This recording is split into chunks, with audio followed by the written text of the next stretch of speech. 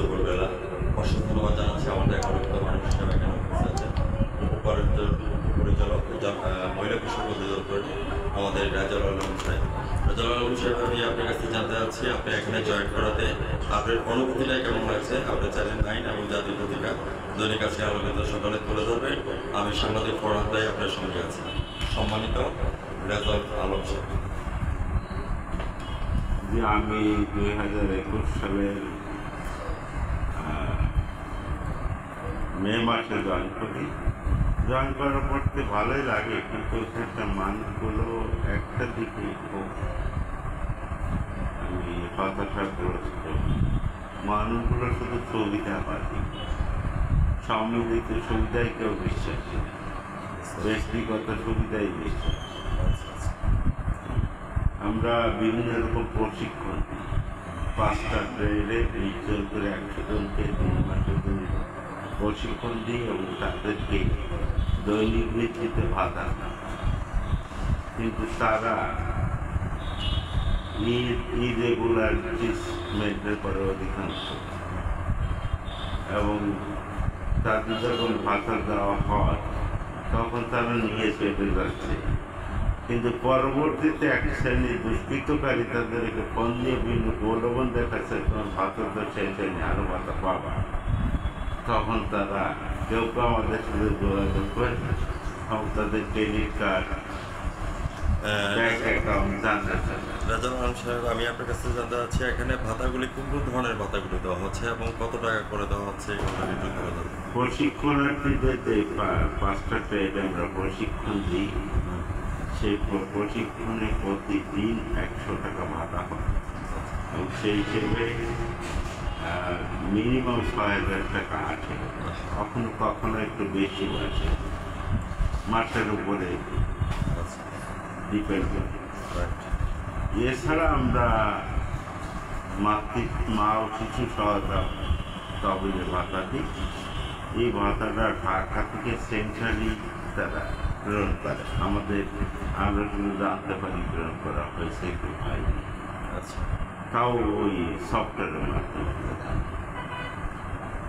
এবং এদেরকে মাসিক 800 টাকা ভাতা দেওয়া হয় প্রতি মাসেই। এই মা ও শিশু সহায়তার ভাতাভোগী যারা, তাদেরকে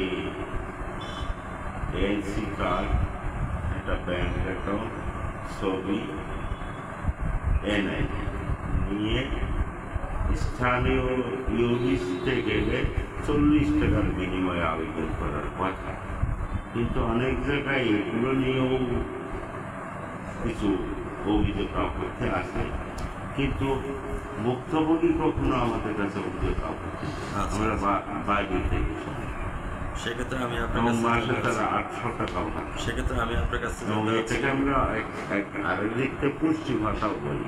আচ্ছা, কারণ এই যে গর্ভবতী মহিলা, তারা গর্ভকালীন সময়ে পুষ্টি প্রতি জন্য সংবেদনশীল হয় এবং তার ফ্যামিলি যিনি পুষ্টি আয়োজন করে, যার ভিতর দিয়ে আগামী দিনে শিশুরা সুস্থ ও স্বাভাবিক জন্ম লাভ করে। রাজাউল আলম সাহেব, আমি এর মধ্যে জানতে চাচ্ছি আপনারা টোটাল কতজনকে ভাতা দিচ্ছেন? আমি কিছুক্ষণের জন্য ব্রেকিং নিউজ দিচ্ছি। তারে ধারাবাহিকতা রক্ষা করার জন্য আমরা এমডিজি গোল বাস্তবায়িত করেছি। এসডিজি গোলের লক্ষ্যমাত্রা নিয়ে কথা বলবেন, সাস্টেনেবল ডেভেলপমেন্ট গোল। ওইখানের মধ্যে বলেছেন যে দুর্নীতিকে 0 টলারেন্স নিয়ে আসার জন্য। তো সেই বিষয়টা নিয়ে রাজাউল করিম সাহেব আপনি কথাটা তুলে ধরছেন। না, হ্যাঁ,